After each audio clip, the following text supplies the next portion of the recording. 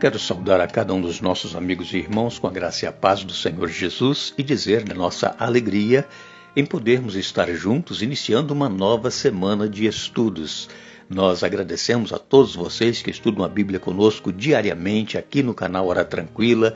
Nós agradecemos a todos vocês que são inscritos no canal Hora Tranquila, vocês que ainda não se inscreveram, inscrevam-se, entrem no YouTube, digite ali Hora Tranquila e vai aparecer a nossa página, vocês ali vão ver inscrever-se, inscrevam-se, é só clicar em inscrever-se, já estará inscrito. E compartilhe com outras pessoas. Nós agradecemos a todos vocês que têm compartilhado esses estudos com outros amigos, irmãos, grupos, enfim, são muitas pessoas que estudam a Bíblia conosco, através de compartilhamentos que são feitos por vocês. Que Deus abençoe a cada um, que continuemos juntos neste propósito de buscarmos a Deus em primeiro lugar em nossa vida, através da sua palavra, através da oração, e possamos estar prontos a fazer a vontade de Deus e não a nossa em nossa vida. Nós queremos então aqui mandar um alô especial para todos vocês que nos escrevem, dizendo de onde nos acompanham. Pascoal, Clarita, Maiara e Miqueline são de Rolim de Moura, em Rondônia. Também Leide Teles, de Rajada, em Petrolina. E ela compartilha com outras pessoas. Durvalina Peixoto Ferreira, de Mamboré, no Paraná. Rosângela Dutra, de Anápolis, em Goiás. Nath e Haroldo, de Fortaleza. Também Marilene Santiago, de Guarulhos, São Paulo. E todos os demais que nos escrevem, nós agradecemos e estaremos sempre mandando um alô para vocês. Queremos orar. Pai nosso que estás nos céus, aqui estamos diante da Tua presença, agradecidos por mais esta oportunidade que temos de estudar a Tua palavra, agradecidos por mais este dia de vida. Suplicamos, ó Deus, a unção do Teu Espírito Santo para que possamos compreender a Tua vontade e que possamos colocar em prática em nossa vida estes ensinamentos que estamos tendo da Tua Palavra. Abençoe a todos os nossos irmãos e amigos, onde quer que estejam, em especial os que pedem orações. Tu sabes muito bem o que cada um necessita. Faça, Senhor, a Tua vontade e não a nossa. É o que nós te pedimos, agradecidos, em nome de Jesus. Amém. Hoje nós vamos iniciar o estudo do capítulo 4 de Daniel. Nós estamos indo por partes, conhecendo um pouco mais do livro do profeta Daniel, e nós estamos vendo através destes estudos que Deus, ele tem o controle de todas as coisas. É por isso que o tema que nós estamos estudando tem exatamente esse título: Deus está no controle.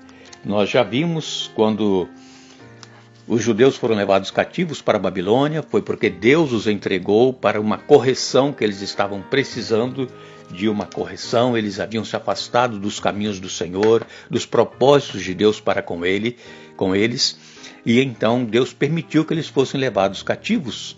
E Deus estava no controle. Quando aqueles jovens foram para o palácio, aqueles jovens tiveram ali as suas provas. Daniel revelou aquele sonho para Nabucodonosor daquela estátua, e também depois aqueles 3 jovens foram lançados dentro da fornalha porque não se ajoelharam perante a estátua de ouro que Nabucodonosor havia mandado fazer, representando o seu reino, e que eles se consideravam um Deus. E aqueles 3 jovens se mantiveram fiéis, não se ajoelharam, e então, mais uma vez, Deus mostrou que ele tem o controle de todas as coisas. E esta semana, nós vamos então estudar este capítulo 4 de Daniel. Você pode ler na sua Bíblia. Eu não vou ler, só vou ler alguns versículos durante a semana, mas você pode ler todo o capítulo para você entender. Aqui nós vamos ver que o rei Nabucodonosor teve um outro sonho. O primeiro sonho foi daquela estátua com vários metais, ouro, prata, bronze, ferro, e aquela estátua simbolizava os reinos que haveriam de acontecer e suceder um ao outro, e depois, no final, aquela pedra simboliza a volta de Jesus, que está próxima a ocorrer. E então, Deus, ele mais uma vez se revela a Nabucodonosor através de sonho, porque Nabucodonosor ele era supersticioso, ele acreditava muito nos sonhos, e ele teve um sonho, ele se lembrou desse sonho. Você pode ler no capítulo 4, ele se lembrou, ele sonhou que ele via uma grande árvore, e esta grande árvore atingia, alcançava até os céus, e depois esta árvore ela foi cortada, e ficou ali somente o toco e as raízes desta árvore. E aqui em Daniel capítulo 4 diz que esse toco que ficou com as suas raízes deveria então ser deixado na terra, e esse toco com essas raízes seria molhados com o orvalho do céu.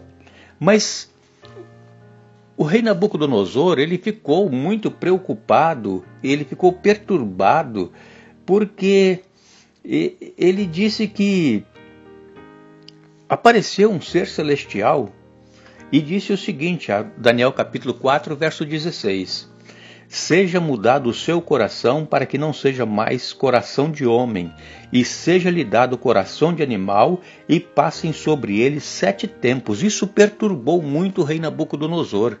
E ele então, o que ele fez? Chamou os seus magos, seus adivinhos, os seus, enfim, todos aqueles sábios que ele tinha na Babilônia, aqueles que eram caldeus, e nenhum deles conseguiu dar a interpretação desse sonho. Por quê?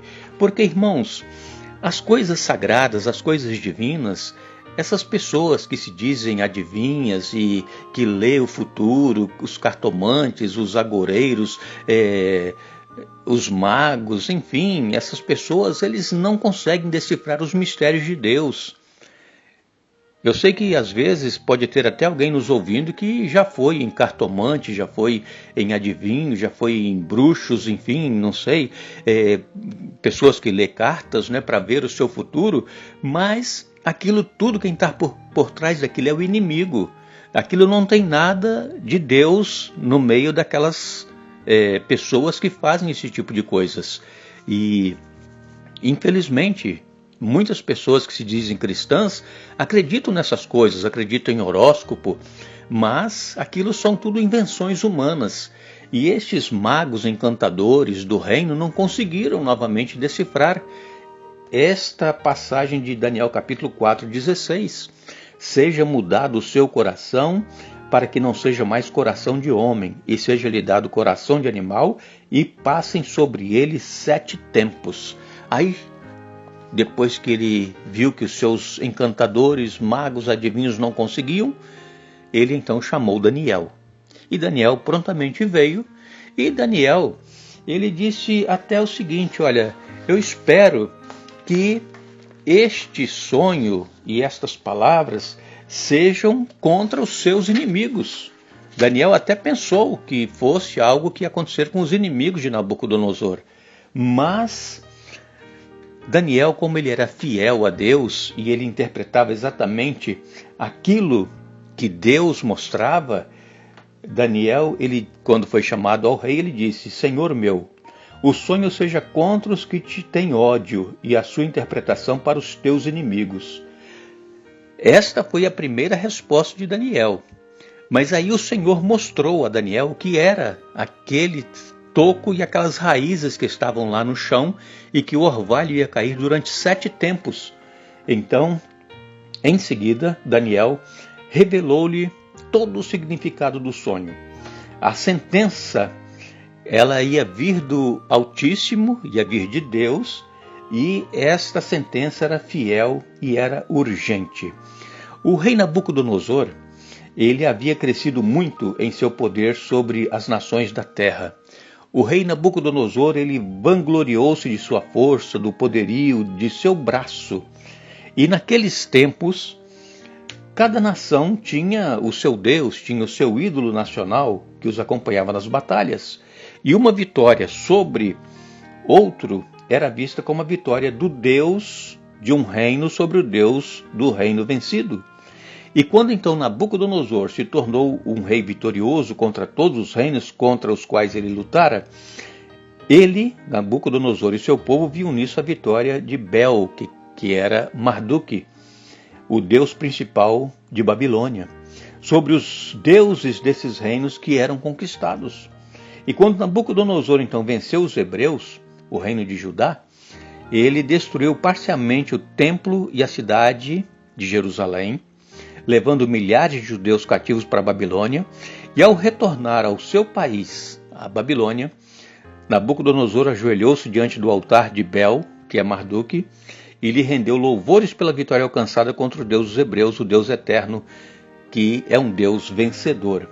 E todas essas vitórias de Nabucodonosor conquistadas em nome de Bel, o levaram a crer que ele era um favorecido dos deuses e que nenhum desses deuses, incluindo o Deus dos hebreus, o nosso Deus, jamais o venceriam. E então ele passou a se sentir imortal e invencível. Foi quando Deus então deu este sonho para ele desta árvore que era muito alta, alcançava os céus, mas que ela foi cortada. E amanhã então nós vamos ver o que simbolizava esta árvore e o que foi que aconteceu com o rei Nabucodonosor. Por ele se sentir orgulhoso, poderoso e acima de todas as coisas. Amanhã nós vamos então dar sequência a este estudo, mas lembrem-se, nós, segundo a sua promessa, aguardamos novos céus e nova terra nos quais habita a justiça. 2 Pedro, capítulo 3, verso 13. Que Deus nos abençoe.